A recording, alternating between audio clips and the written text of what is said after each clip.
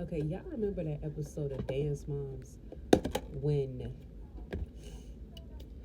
I think may have been like season 2 or something like that, and that was the episode that Maddie had forgot her dance when she did that "In My Heart" solo with the pink outfit and everything, and how by that time Maddie was like the last child on the team that had ever forgot their dance since the Dance Mom show had started, because a bunch of them had forgot their show season 1 and then season 2 of course. And it was crazy because like basically the moms was pissed because they was like, Abby, why is it that when my child forgot their dance, you scolded them, you yelled at them, you reprimanded them, you didn't even support them, you didn't even help them out. But when Maddie forgets her dance, you're crying. You're literally crying for her. Like, you are upset, you are sad, you are in this dressing room comforting her, nurturing her. And then when her friends wanted to come up in here and help her, you, no, we're not gonna play that game. Get out. Like, you basically wanted to isolate Maddie because you wanted to be the only one that was there helping her. You wanted to be the hero. You wanted to be Captain Save a Ho, Captain Save a Hero, whatever. Like, you wanted to be the person where it was like to be able to like use that to exploit Maddie and use it against her. Like, remember when you forgot your dance and I was the only one that helped you and none of your friends helped you? Nah, it wasn't that. That your friends, her friends wanted to help her, but she wouldn't let them. Like, Abby wouldn't let them. You know, she was very manipulative. And remember how when all of the moms like in unison were calling her out, especially Holly, like Queen Holly, she came at her. She really came at her. Christy was going off. You know, Kelly had chimed in, and I was surprised by how calm Kelly was. And I feel like at that point, Kelly was at a point where she was so fed up and she was just like, I have been feeling this for years, it is favoritism, and right here you just exposed it. I'm not even surprised that you're doing this right now. Kelly was the calmest, and she was like, listen, my kids have been with you for since they were 2. I've been with you for 30 years, and you did not shed one tear when I forgot a dance or when my children forgot their dance. Like, so with all this longevity that I've been with you, and that's the kind of energy you give me, like, the fuck? You know, but basically it was like Abby's response when all of these moms were calling her out.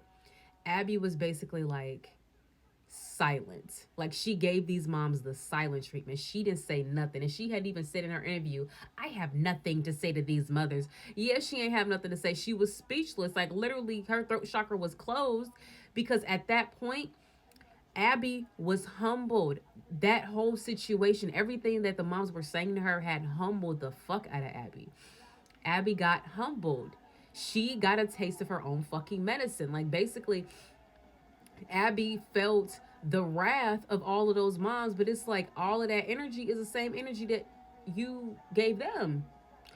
And it's basically like it shows how much of a narcissist Abby is, because whenever a narcissist gets caught for doing what they know they are doing or know that they have done, they always stay silent. They don't say a thing. They don't say a word because it's like they almost feel like they're in court, like they're being prosecuted. You have the right to remain silent. Anything you say can and will be used against you in the court of law. Like, that's exactly what they think. They feel like, let me just be silent because anything that I say can be used against me. It will be used against me. I don't want the smoke. I don't want that bullshit. That shows you how fucking cowardly narcissists are. They're coward controllers. Like, they want to control everything through fear tactics and intimidation and whatever the case is. But once it comes to morals, it boils down to morals, they have no morals.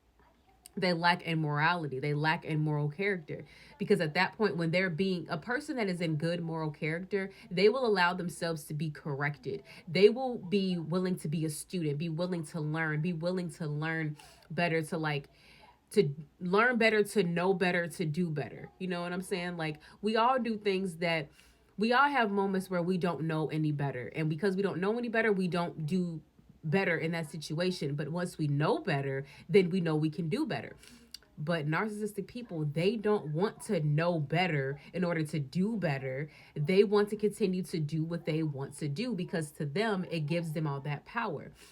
The narcissist only has power where they can be in control. When they can be in charge, when they can be in control, that is exactly why they want to have all of that power. But it's at that point, it's a dictatorship and it's not a leadership.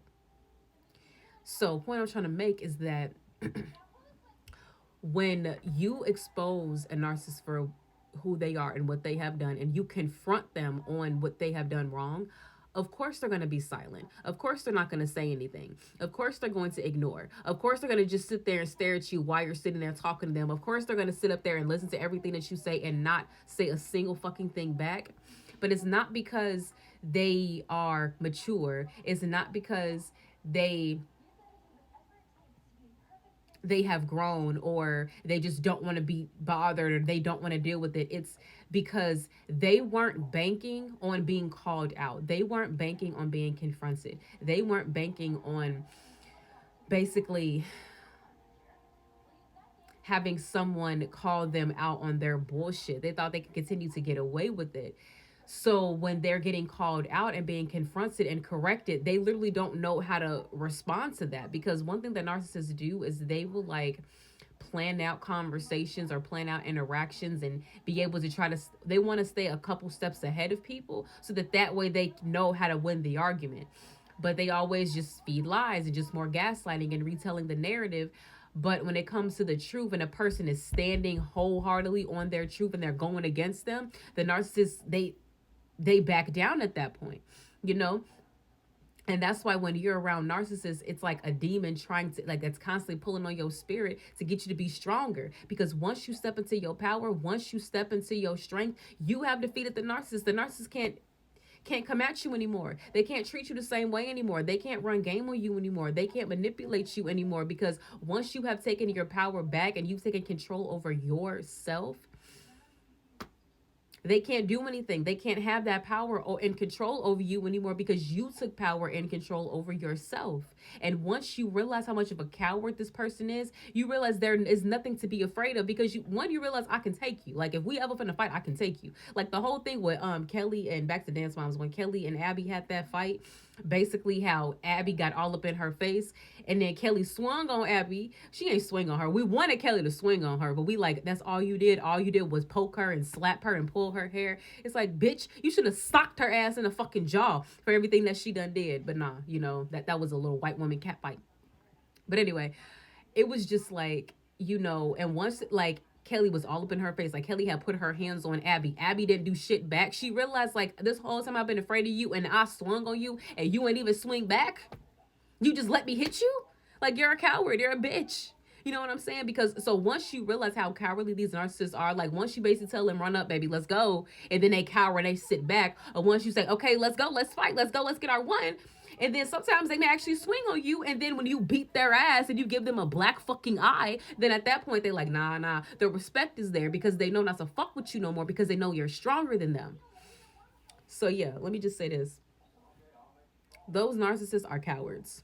Okay, they're very much fucking cowards, and the way that you can combat them and to defeat them is you have to stand 2 feet 10 toes down in your truth. Stand on it. Stand on it strongly. Stand on them like a strong, like you wearing some fucking cleats, you know what I'm saying? Like you wearing some fucking stilts. Stand on that shit, bro. Stand on it like it's a block of wood underneath that thing. Stand on that shit hard. Balance yourself on your truth. Ground yourself, because everything is balance.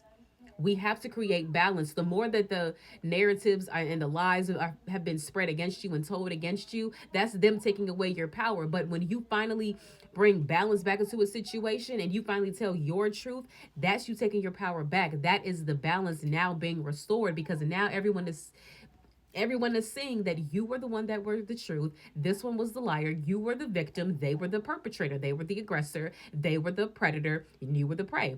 The prey can eventually become the threat, and you go from a victim to a survivor.